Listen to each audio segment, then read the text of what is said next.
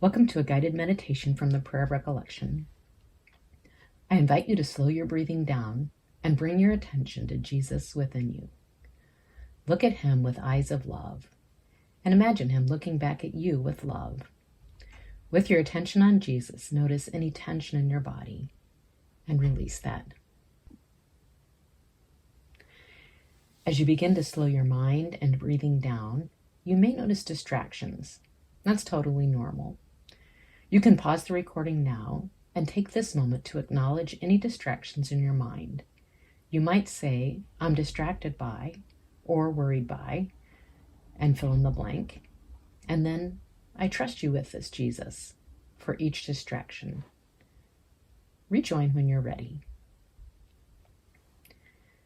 Today we'll be reading from Luke 13, 10 through 17. Continue your slow, relaxed breathing. And as I read, imagine that you're right there on the scene. Now Jesus was teaching in one of the synagogues on the Sabbath, and there was a woman who for 18 years had had a sickness caused by a spirit, and she was bent over double and could not straighten up at all. When Jesus saw her, he called her over and said to her, "Woman, you are freed from your sickness." And he laid his hands on her, and immediately she stood up straight again and began glorifying God. But the synagogue leader, indignant because Jesus had healed on the Sabbath, began saying to the crowd in response, "There are 6 days during which work should be done. So come during them and get healed, and not on the Sabbath day." But the Lord answered him and said, "You hypocrites! Does each of you on the Sabbath day not untie his ox or donkey from the stall and lead it away to water? And this woman, a daughter of Abraham as she is, whom Satan has bound for 18 long years, should she not have been released from this restraint on the Sabbath day?" And as he said this, all his opponents were being humiliated, and the entire crowd was rejoicing over all the glorious things being done by him. Imagine being this woman, bent over by an evil spirit for 18 years. Imagine not being able to stand up, the pain, the inability to do things, the shame, the helplessness. Jesus, you see her. You call her to you. Your heart is filled with compassion, and you free her of sickness.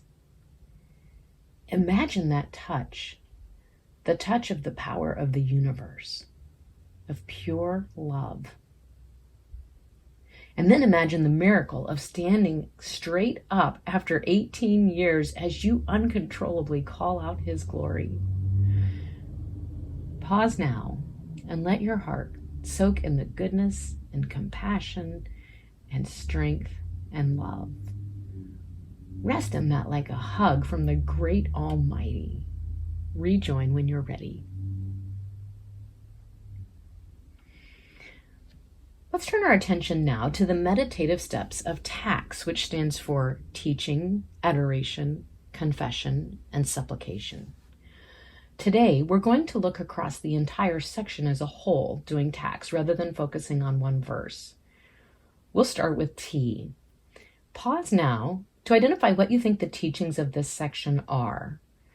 Looking specifically at what does this tell us about God, who he is and what he does, and what does this tell us about humanity, ourselves, who we are and who we should be. Rejoin when you're ready. When I look at the teachings of this section, I don't believe that Jesus stumbled into this situation. I believe that he knew this would make the religious leaders mad and that this would uncover their hypocrisy, their rot inside, their pride and their blindness. They did not want to look at their own sin. It's interesting. The word in the original language that Jesus uses for untying your donkey is loosen. And this is from the same original word as in verse 16 when he talks about releasing or loosening the woman from her restraints.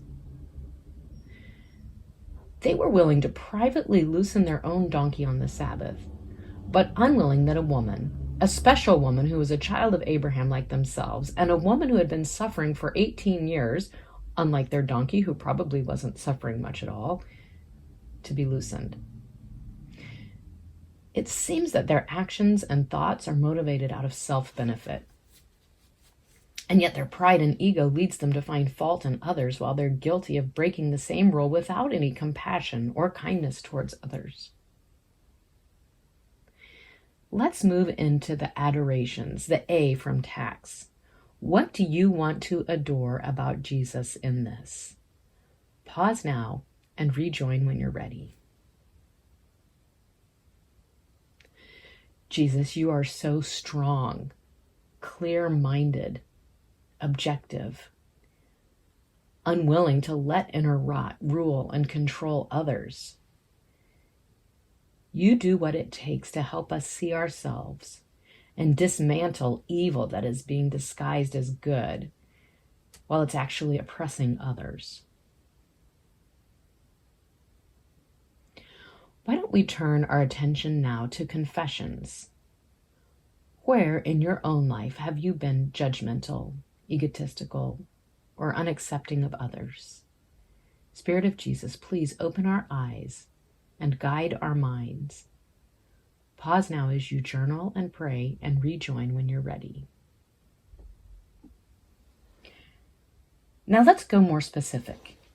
Think through the past 24 hours. You might find it helpful to work backwards, starting from this moment.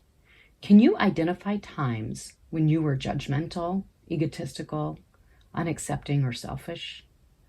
Pause now as you journal and pray through that, and rejoin when you're ready.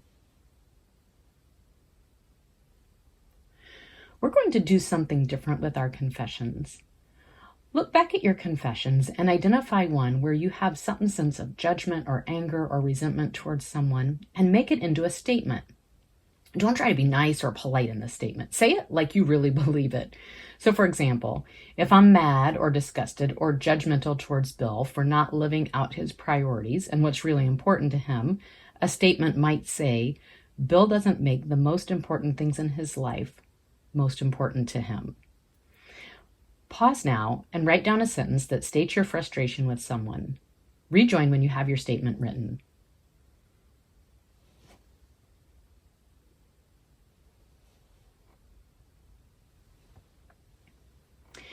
Now we're going to do a turnaround on this statement. You're going to rewrite your statement with yourself as the subject. So in our example, instead of saying Bill, I would say, I don't make the most important things in my life most important to me.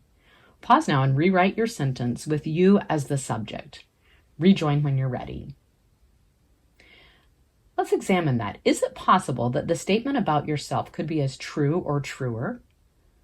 Look for evidence. Spirit of Jesus, please guide us to see the truth about ourselves.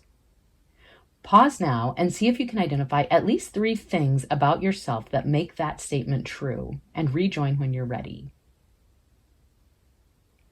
If you did not find 3 pieces of evidence or examples about yourself that would support this statement, hold on to it in your heart.